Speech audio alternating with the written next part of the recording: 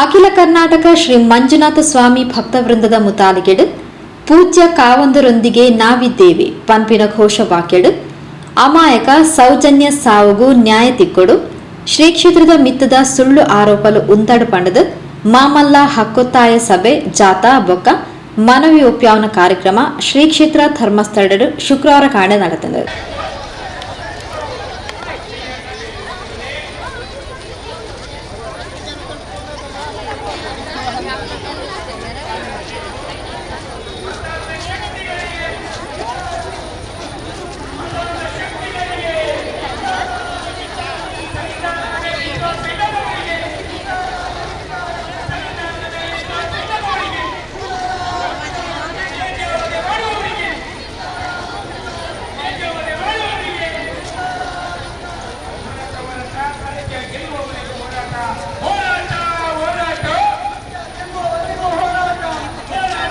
ಪೂಜ್ಯ ಕಾವಂದರಿನ ಒಟ್ಟಿಗೆ ನಮ್ಮ ಮಾತ ಉಲ್ಲ ಅರಣ ವಿರುದ್ಧ ಶ್ರೀ ಕ್ಷೇತ್ರದ ವಿರುದ್ಧ ನಡಪುನ ಅಪಪ್ರಚಾರಗ ನಮ್ಮ ಧಿಕ್ಕಾರ ಉಂಡು. ಸೌಜನ್ಯನ ಪ್ರಕರಣ ಸೂಕ್ತ ತನಿಖೆ ಆವಡು, ಹತ್ಯೆ ಆರೋಪಿಲೆಗೂ ಶಿಕ್ಷೆ ಆವಡು. ಇಂದು ತಂಕ್ಲಿನ ಮಾತಿನಲ ಒತ್ತಾಯ. ಇನ್ನದ ಒಟ್ಟಿಗೆ ಪೂಜ್ಯ ಕಾವಂದರಿನ ವಿರುದ್ಧ ನಡಪುನ ಅಪಪ್ರಚಾರಲ ಉಂತೊಡು ಪಂಪಿನವು ತಂಕ್ಲಿನ ಹಕ್ಕೊತ್ತಾಯ ಪಂಡದ ಶ್ರೀ ಕ್ಷೇತ್ರ ಧರ್ಮಸ್ಥಳದ ಗ್ರಾಮಾಭಿವೃದ್ಧಿ ಯೋಜನೆದ ನಿರ್ದೇಶಕರು ಡಾಕ್ಟರ್ ಎಲ್.ಎಚ್. ಮಂಜುನಾಥ್ ಹಕ್ಕೊತ್ತಾಯದ ಬಗೆಟ್ ಪ್ರಾಸ್ತಾವಿಕ ಪಾತ್ರ ಪಂಡಿರು. ಉಜಿರದ ಶ್ರೀ ಜನಾರ್ದನ ಸ್ವಾಮಿ ದೇವಸ್ಥಾನಡ್ ಹಕ್ಕೊತ್ತಾಯ ಜಾಥಾದ ಸಭೆ ಸೇರ್ದು ಹಕ್ಕೊತ್ತಾಯದ ವಿಷಯ ಮಂಡನೆ ಮಾಡ್ತಿರು. ಕ್ಷೇತ್ರದ ಅಭಿಮಾನಿಗಳು ಇವತ್ತು ಪಾದಯಾತ್ರೆ ಮೂಲಕ ಶ್ರೀ ಧರ್ಮಸ್ಥಳ ಮಂಜುನಾಥೇಶ್ವರ ಕಾಲೇಜಿನ ಮುಂಭಾಗಕ್ಕೆ ಸಾಗಿ ಕರ್ನಾಟಕ ಸರ್ಕಾರಕ್ಕೆ ಇವತ್ತು ಹಕ್ಕೊತ್ತಾಯ ಮಾಡುವಂತ ಮನವಿಯನ್ನು ಕೊಡುವಂತಹ ದೊಡ್ಡ ಕಾರ್ಯಕ್ರಮ ನಡೀತಿದೆ. ತಾವೆಲ್ಲರೂ ಈ ಕಾರ್ಯಕ್ರಮದಲ್ಲಿ ಭಾಗವಹಿಸಬೇಕು. ಬೇಕೇ ಬೇಕು, ಬೇಕೇ ಬೇಕು, ಬೇಕೇ ಬೇಕು. ಶ್ರೀ ಕ್ಷೇತ್ರದ ಮಂಜುನಾಥ ಸ್ವಾಮಿಗೆ ಜಯವಾಗಲಿ. ಶ್ರೀ ಕ್ಷೇತ್ರದ ಪೂಜ್ಯ ವೀರೇಂದ್ರ ಹೆಗಡೆ ಅವರಿಗೆ ಜಯವಾಗಲಿ. ವೀರೇಂದ್ರ ಹೆಗಡೆ ಅವರಿಗೆ ಜಯವಾಗಲಿ. ವೀರೇಂದ್ರ ಹೆಗಡೆ ಅವರಿಗೆ ಜಯವಾಗಲಿ. ಶ್ರೀ ಕ್ಷೇತ್ರ ಧರ್ಮಸ್ಥಳಕ್ಕೆ ಪೂಜ್ಯ ಕಾವಂದರೊಂದಿಗೆ ನಾವಿದ್ದೇವೆ. ನ್ಯಾಯ ಬೇಕು, ನ್ಯಾಯ ಬೇಕು. ಅನ್ಯಾಯಕ್ಕೆ ಧಿಕ್ಕಾರ. ಕ್ಷೇತ್ರದ ವಿರುದ್ಧ ಅಪಪ್ರಚಾರ ನಡೆಸುವವರಿಗೆ ಧಿಕ್ಕಾರದ ಘೋಷಣೆಲೆಡು ಮಾಮಲ್ಲ ಜಾಥಾ ಉಜಿರೆ ಶ್ರೀ ಜನಾರ್ದನ ಸ್ವಾಮಿ ದೇವಸ್ಥಾನದ ಶ್ರೀ ಕ್ಷೇತ್ರ ಧರ್ಮಸ್ಥಳದ ಎಸ್ಟಿಎಂ ಕಾಲೇಜ್ ಒಟಾರಮುಟ ನಡೆದದು. ಅವರು ಮನವಿ ನಿರ್ಣಯ ಮಂಡನೆಯಾದ ಮನವಿನ ಶಾಸಕರು ಹರೀಶ್ ಪೂಂಜರಿನ ಮುಖಾಂತರ ಮುಖ್ಯಮಂತ್ರಿಗೆ ಒಪ್ಪಾರ ಕೊರಿಯರು.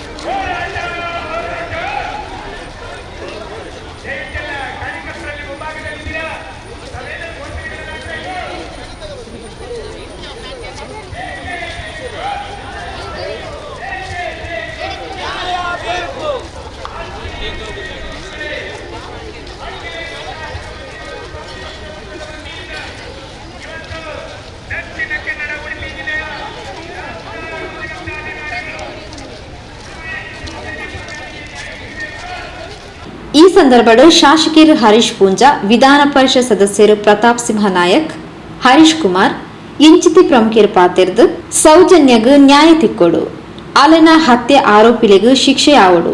ಈ ವಿಷಯಡ್ ತಂಕ್ಲಿನ ಮಾತಿನಲ ಒತ್ತಾಯ ಒಂಜೇ ಆದುಂಡು. ಆಂಡ ಕೇವಲ ಈ ಪ್ರಕರಣ ಪನೊಂದು ಪೂಜ್ಯ ಕಾವಂದರಿನ ವಿರುದ್ಧ ಅಪಪ್ರಚಾರ ಮಲ್ಪುನ ಶ್ರೀ ಕ್ಷೇತ್ರ ಧರ್ಮಸ್ಥಳದ ಮಂಜುನಾಥ ಸ್ವಾಮಿ ಅಣ್ಣಪ್ಪ ಸ್ವಾಮಿನ ಬಗೆಟ್ ಎಂಚೆಂಚಿನ ಪಾತೆರ ಪನ್ಪುನಿ ಸರಿಯತ್ತು. ಇಂದು ಉಂತೋಡು ಪಂಡದು ಕಡಾಖಂಡಿತದ ಪಾತೆರ ಪಂಡೇರು.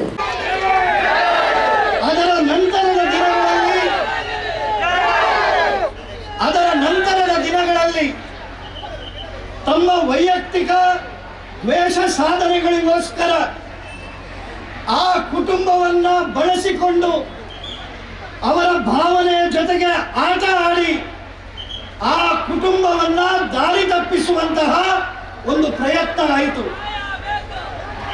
ಎರಡನೇ ಹಂತದಲ್ಲಿ ಮತ್ತೆ ಪುನಃ ಒತ್ತಾಯ ಆಯಿತು.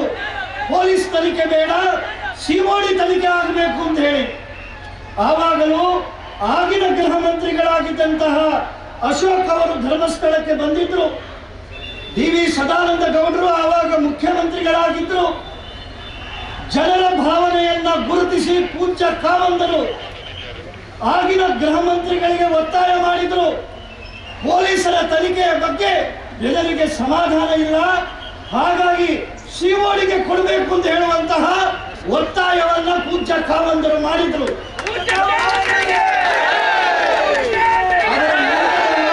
ಅದರ ನಂತರ ಮತ್ತೆಯೂ ಬೇರೆ ಬೇರೆ ಅಪಪ್ರಚಾರದ ಕಾರಣಕ್ಕೆ ನ್ಯಾಯ ಸಿಗುವುದಿಲ್ಲ ಅಂತ ಹೇಳುವಂತಹ ಭಾವನೆಗಳು ಸಮಾಜದಲ್ಲಿ ಜಾಗೃತ ಆದಾಗ ಆಗ ಸರ್ಕಾರ ಬದಲಾಗಿತ್ತು.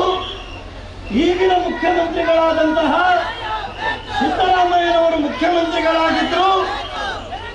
ಸಿದ್ದರಾಮಯ್ಯನವರಲ್ಲಿ ಮುಖ್ಯಮಂತ್ರಿಗಳಲ್ಲಿ ಆಗ ಜನರ ಭಾವನೆಗೆ ಸರಿಯಾಗಿ ಸಿಬಿಐ ತನಿಖೆಗೆ ಕೊಡಬೇಕು ಅಂತೇಳಿ ಹೇಳಿದಾಗ ಅದನ್ನ ಜನರ ಭಾವನೆಗೆ ಸರಿಯಾಗಿ ಸೌಜನ್ಯ ಪ್ರಕರಣಕ್ಕೆ ನ್ಯಾಯ ಸಿಗಬೇಕು ಅಂತ ಹೇಳುವ ಹಿನ್ನೆಲೆಯಲ್ಲಿ ಪೂಜ್ಯ ಕಾವಂದರ ಒತ್ತಾಯದ ಮೇರೆಗೆ ಜನಸಾಮಾನ್ಯರ ಭಾವನೆಗೆ ಒತ್ತು ಕೊಟ್ಟು ಆಗಿನ ಶಾಸಕರ ಭಾವನೆಗೆ ಒತ್ತು ಕೊಟ್ಟು ಸಿಬಿಐಗೆ ಕೊಟ್ಟದ್ದಿದ್ರೆ ಬಹುಶಃ ಪೂಜ್ಯ ಕಾವಂದರ ಒತ್ತಾಯವೂ ಅದರಲ್ಲಿತ್ತು.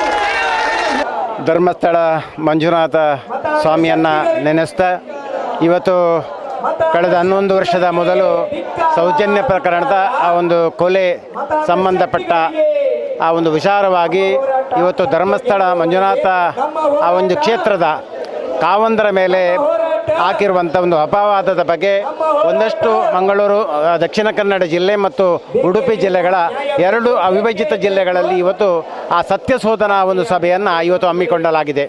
ಇವತ್ತು ಭಾಳಷ್ಟು ನೋವಿನ ಸಂಗತಿ ಅಂತ ಹೇಳಿದ್ರೆ ಧರ್ಮಸ್ಥಳ ಒಂದು ಪವಿತ್ರ ಕ್ಷೇತ್ರ, ಆ ಪವಿತ್ರ ಕ್ಷೇತ್ರದ ಒಂದು ಅಪಪ್ರಚಾರ ಮಾಡಿ ಅವಹೇಳನಕಾರಿ ಮಾತಾಡುವಂಥದ್ದನ್ನು ಇವತ್ತು ನಾವು ಸಹಿಸುವುದು ಇಲ್ಲ ಎನ್ನುವಂಥ ಇಡೀ ರಾಜ್ಯದ ಒಕ್ಕೂರಲ್ಲಿ ಒತ್ತಾಯದ ಮೇರೆಗೆ ಇವತ್ತು ಕಾರ್ಯಕ್ರಮಗಳು ಆಗಿದೆ. ನಾನು ಹೇಳುವಂಥದ್ದು ಇವತ್ತು ಸೌಜನ್ಯ ಒಬ್ಬ ಅಮಾಯಕ ಒಂದು ಬಾಲಕಿ, ಆ ಬಗ್ಗೆ ನಿಷ್ಪಕ್ಷವಾಗಿ ಇರತಕ್ಕಂಥ ತನಿಖೆಗಳು ಆಗಬೇಕು. ಆ ಒಂದು ಸರಿಯಾದ ತನಿಖೆ ಆಗಲಿಕ್ಕೆ ಇವತ್ತು ಕಾವಂದರು ಕೂಡ ಅದರ ಹಕ್ಕನ್ನು ಒತ್ತಾಯ ಮಾಡಿದ್ದಾರೆ. ಸಿಬಿಐಗೆ ಮರುತನಿಖೆ ಮಾಡುವಂಥ ಒಂದು ಕಾರ್ಯಕ್ರಮಗಳು ಆಗಬೇಕು ಎನ್ನುವಂಥ ನೆಲೆಯಲ್ಲಿ ಕೂಡ ಅವರು ಕೂಡ ಹಕ್ಕೊತ್ತಾಯವನ್ನು ಮಾಡಿದೆ. ಆ ನಂತರ ಕೂಡ ಇವತ್ತು ಆ ದೇವಸ್ಥಾನದ ಅಭಿವೃದ್ಧಿಯನ್ನು ಸಹಿಸಲಿಕ್ಕೆ ಆಗುವುದಿಲ್ಲ ಎನ್ನುವಂಥ ಕೆಲವು ವ್ಯಕ್ತಿಗಳಿದ್ದಾರೆ. ಅದು ಅವರು ಈಗ ಬೇಡದ ಸುಳ್ಳು ಆಪಾದನೆಗಳನ್ನು ಮಾಡಿಕೊಂಡು ಧರ್ಮಸ್ಥಳದ ಒಂದು ಪಾವಿತ್ರತೆಯನ್ನು ಆಳುಗಡುವಂಥ ಕಾರ್ಯಕ್ರಮಗಳು ನಿತ್ಯ ನಿರಂತರ ಆಗುವಂಥದ್ದನ್ನು ಇವತ್ತು ಖಂಡನೆಯನ್ನು ಮಾಡಲಿಕ್ಕೆ ಸಭೆ ಆಗಿದೆ. ಇನ್ನು ಮುಂದಿನ ದಿನಗಳಲ್ಲಿ ನಿತ್ಯ ನಿರಂತರವಾಗಿರ್ತಕ್ಕಂಥ ಹೋರಾಟಗಳು ಆಗ್ತದೆ. ನಾವು ಹೇಳುವುದಂದರೆ ಯಾರು ಅಪಪ್ರಚಾರ ಮಾಡ್ತಾರ ಅವರ ಮೇಲೆ ಸರ್ಕಾರ ಕಾನೂನಾತ್ಮಕವಾಗಿ ಅವರಿಗೆ ಒಂದು ಕಡಿವಾಣವನ್ನು ಹಾಕುವಂಥ ಕಾರ್ಯಗಳು ಆಗಬೇಕು ಎನ್ನುವಂಥ ನೆಲೆಯಲ್ಲಿ ಇವತ್ತು ದಕ್ಷಿಣ ಕನ್ನಡ ಉಡುಪಿ ಜಿಲ್ಲೆಯಲ್ಲಿ ಹೋರಾಟಗಳಾಗ್ತದೆ. ಅದು ಅವರು ಯಾವುದನ್ನು ನಿಲ್ಲಿಸುವುದಿಲ್ಲ, ಅದು ಈ ಒಂದು ಕಾರ್ಯಕ್ರಮಗಳು ಈ ಒಂದು ಪ್ರತಿಭಟನೆಗಳು ಮುಂದೂಡುತ್ತದೆ ಎನ್ನುವಂಥ ಮಾತನ್ನು ಈ ಸಂದರ್ಭದಲ್ಲಿ ಹೇಳುತ್ತಾ ಈ ಒಂದು ಕಾರ್ಯಕ್ರಮದ ಒಕ್ಕೂರಲ್ಲಿ ಸತ್ಯ ಶೋಧನಾ ಕಾರ್ಯಕ್ರಮಗಳು ಆಗಬೇಕು, ಆ ಮಂಜುನಾಥ ಸ್ವಾಮಿ ಇದಕ್ಕೆ ಅನುಗ್ರಹಗಳನ್ನು ನೀಡಬೇಕು ಎನ್ನುವಂಥ ಮಾತನ್ನು ಈ ಸಂದರ್ಭದಲ್ಲಿ ಹೇಳುತ್ತಾ ಇವತ್ತು ಬಂದಿರತಕ್ಕಂಥ ಎಲ್ಲರಿಗೂ ಕೂಡ ವಂದನೆಗಳು ಸಲ್ಲಿಸ್ತಾ ಮಾತನ್ನು ಮುಗಿಸ್ತೇನೆ. ಜೈ ಭಾರತ್. ಸಭೆ ಸುರುಡ್ದು ಅಕೇರಿ ಮುಟ್ಟಲ ಜನೊಕ್ಲೆನ ನ್ಯಾಯ ಬೇಕು ನ್ಯಾಯ ಬೇಕು. ಶ್ರೀ ಕ್ಷೇತ್ರದ ವಿರುದ್ಧ ಅಪಪ್ರಚಾರ ಮನ್ಪುನಕ್ಲೆಗ್ ಧಿಕ್ಕಾರ ಪಂಡದ ಮಲ್ಲ ಘೋಷಣೆಲು ಕೇಂದ್ರ ಬತ್ತಂಡದು.